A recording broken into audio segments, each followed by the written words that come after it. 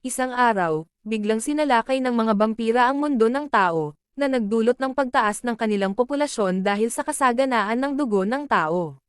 Mabilis na nagsimulang mawalan ng laban ang mga tao dahil sa halos immortal na kalagayan ng mga vampira.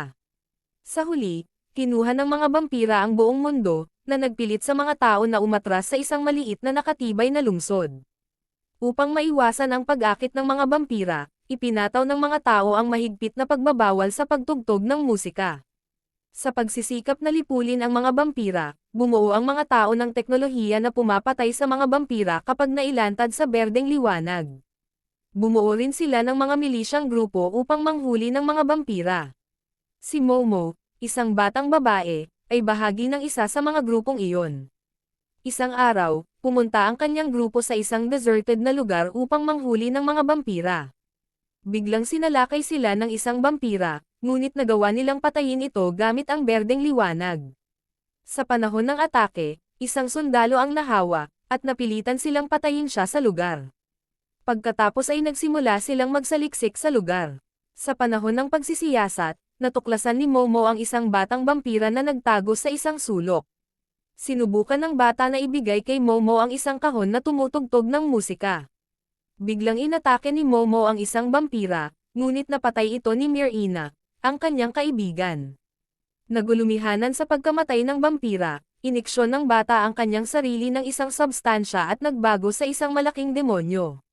Bagaman ang demonyo ay inaatake si Momo, nag-atubili siyang patayin ito. Pumasok ang isa pang sundalo, pinatay ang demonyo, at pinagsabihan si Momo sa pag-aalinlangan. Pagkatapos ay binasag ng sundalo ang kahon ng musika. Pagkatapos tapusin ang kanilang misyon, bumalik si Momo at ang kanyang grupo sa kanilang nakatibay na lungsod. Doon, nagtatrabaho si Momo sa isang pabrika ng recycling kasama ang kanyang kaibigan na si Mirina. Ipinakita ni Mirina kay Momo ang parehong kahon ng musika, na ngayon ay sira na. Pagkatapos ay dumating ang isang sundalo na nagdadala ng mensahe kay Momo, na nagpapatawag sa kanya na makipagkita kay Commander-in-Chief Nobara, na siya rin niyang ina. Bagaman nais ni Momo na magtrabaho kasama ang kanyang kaibigan sa pabrika ng recycling, itinalaga siya ng kanyang ina sa isang administratibong papel. Tinanong ni Nobara si Momo kung bakit siya nag-atubili na patayin ang vampira. Ipinaliwanag ni Momo na ito ay dahil ang vampira ay isang bata. Ang mga vampira ay nagdiriwang araw-araw, at ang kanilang reyna, si Finn, ay mahilig sa pagsasayaw at musika. Pinababayaan niya ang kanyang mga responsibilidad upang gumugol ng karamihan sa kanyang oras sa pagsasayaw at pagkanta. Pagkatapos ng kanyang mga sesyon ng sayaw, umuuwi siya upang magpahinga. Doon, nakatagpo siya kay Allegro, na nagsabi sa kanya na ang mga tao ay naghahanda para sa isang malaking pag-atake. Nais ni Allegro na magsagawa ng kontra-atake at hiniling kay Finn na makibahagi. Tumanggi si Finn, at sa kabila ng mga pagtatangka ni Allegro na kumbansihin siya, sa huli ay sumuko siya. Bago umalis, pinayuhan niya si Finn na uminom ng dugo, dahil tumigil na siyang gawin ito.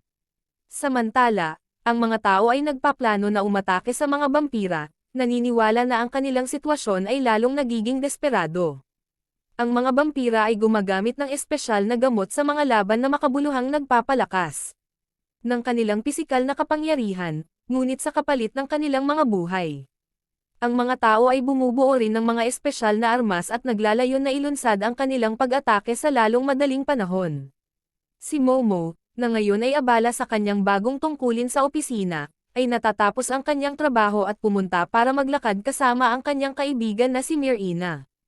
Ang dalawang magkaibigan ay nag-uusap tungkol sa kanilang mga trabaho. Alam ang tungkol sa bagong papel ni Momo, nilagyan siya ni Mirina ng snow sa mapaglarong paraan. Nagsimula silang maglaro sa snow, at sinabi ni Momo kay Mirina na naayos niya ang kahon ng musika. Nangako silang pakinggan ito ng magkasama sa gabi. Samantala, ang mga vampira ay naghahanda para sa kanilang pag-atake, at nagpasya si Finn na sumali sa laban. Ang mga tao ay nagsisimula rin ng kanilang mga paghahanda upang ipagtanggol laban sa pag-atake ng mga vampira. Si Momo, na nakahiga sa kanyang kwarto, ay nakikinig sa musika mula sa naayos na kahon ng musika.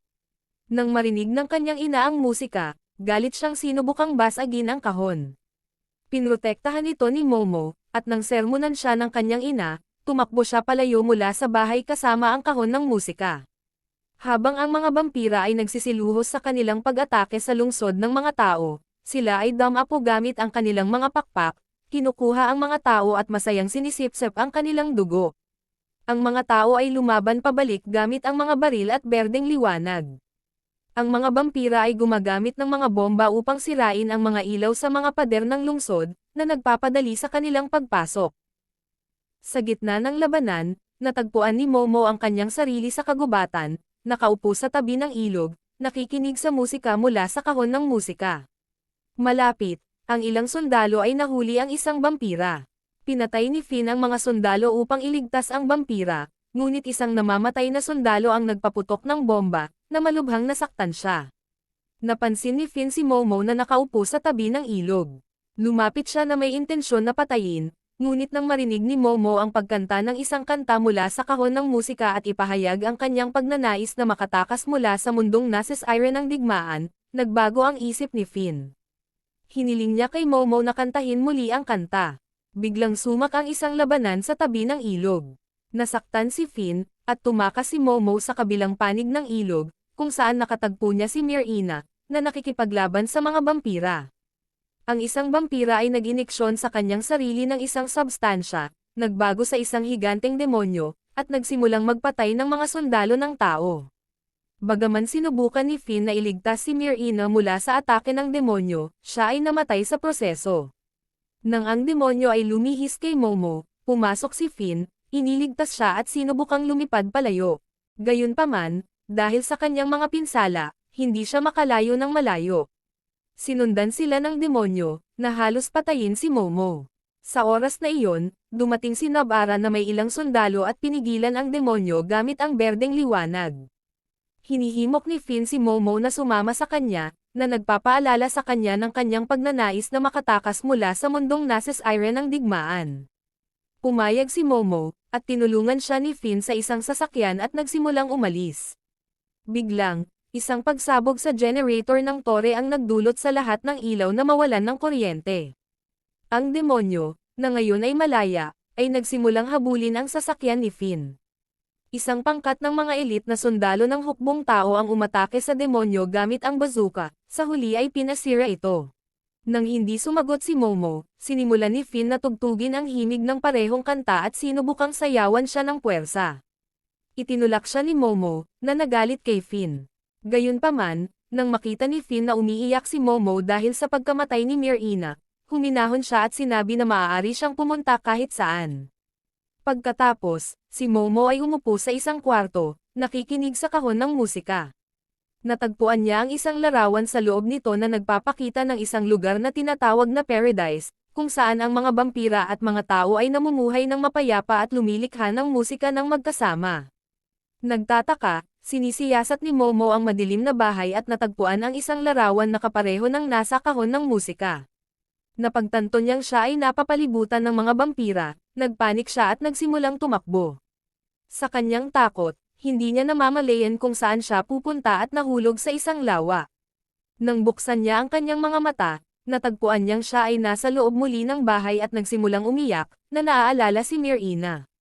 Upang pakalmayan siya, tugtugin ni Finn ang isang kanta na kinakanta ng isang tao. Natuwa si Momo nang malaman na ang isang tao ang kumanta ng kanta. Ipinaliwanag ni Finn na ang mga music hero dati ay kumakanta ng kantang ito upang alalahanin ang kanilang mga nawalang kasama.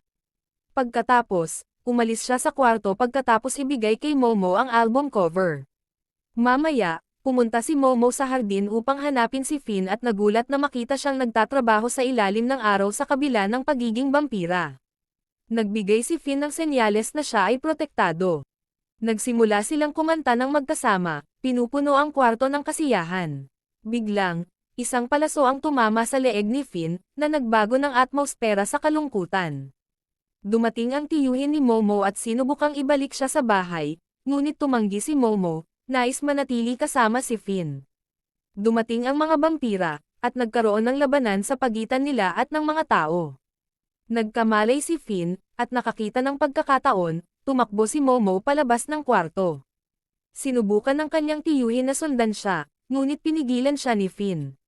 Sa labas, Nahuli ni Allegro si Momo at sinubukang patayin siya, ngunit dumating ang mga sundalo at iniligtas siya.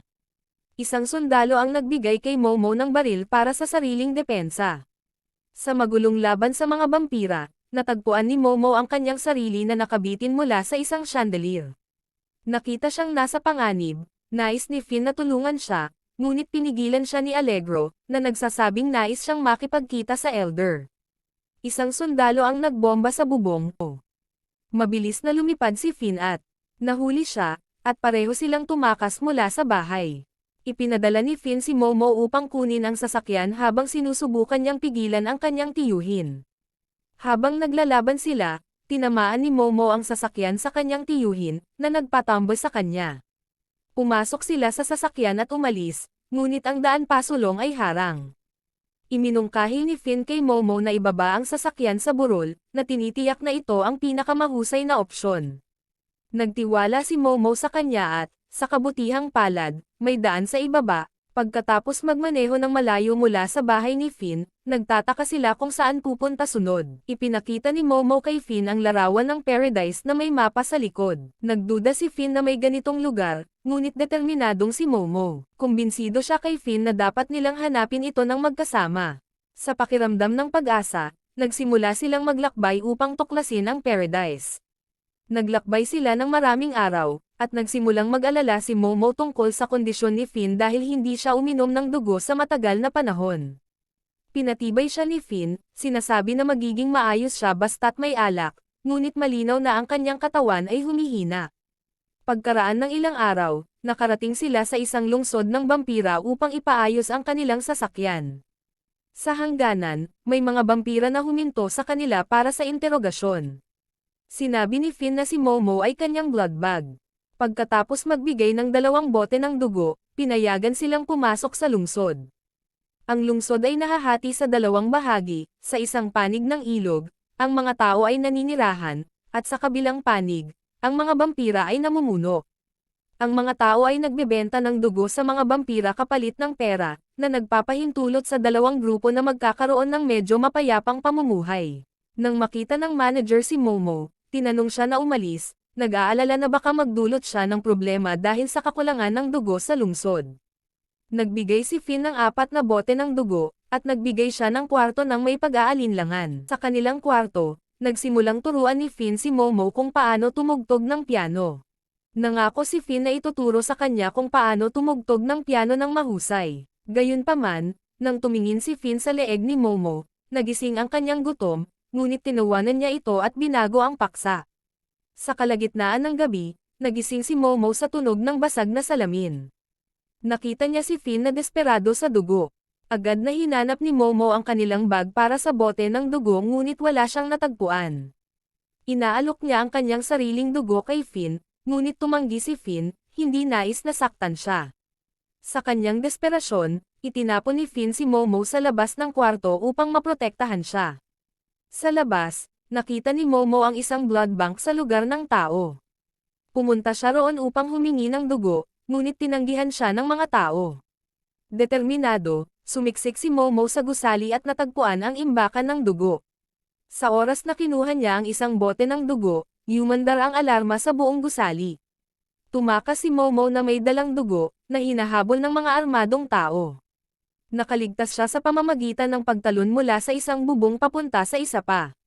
Biglang lumipad si Allegro at nahuli siya, tinusok ang kanyang leeg gamit ang isang bakal na tungkod at humingi ng impormasyon kung nasaan si Finn. Sa kabila ng sakit, tumanggi si Momo na ibigay ang lokasyon ni Finn. Sa isang desperadong galaw, itinulak niya si Allegro, at pareho silang nahulog mula sa bubong. Sa himala, si Momo ay hindi nasaktan at nagmadali pabalik kay Finn na may bote ng dugo. Samantala, may mga vampira na pumasok sa hotel upang magnakaw. Inihayag ng manager na may tao na naglalagi roon. Sinindihan nila ang buong hotel at umalis matapos magnakaw. Pinanood ni Finn ang kanyang kwarto na masunog, na masyadong mahina upang makatakas. Sa sandaling iyon, dumating si Momo. Nailigtas niya si Finn at tinangay siya palayo. Naglakbay sila araw at gabi, ngunit sa huli, ang kanilang lakas ay naglalayong magpahina, at pareho silang nawalan ng malay.